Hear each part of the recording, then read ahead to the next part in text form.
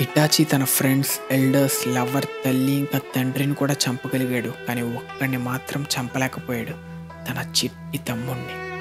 Village కోసం తన ఎమోషన్స్ని వదిలి రక్తపు కన్నీరు చిందించి క్లాన్ మొత్తాన్ని చంపాడు. ఒక్కడిన్నే చంపలేకపోయాడు. ఎందుకో తెలుసా? అన్నిటినీ వదులుకున్న విలేజ్ కన్నా వాడికి నీ ప్రాణం ఎంతో విలువైనది.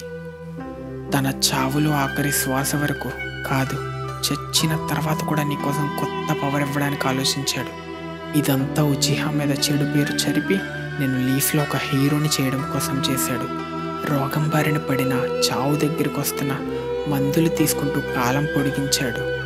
అంతా తన ప్రాణమైన తమ్ముడి కోసం, లీఫ్ పీస్ కోసం.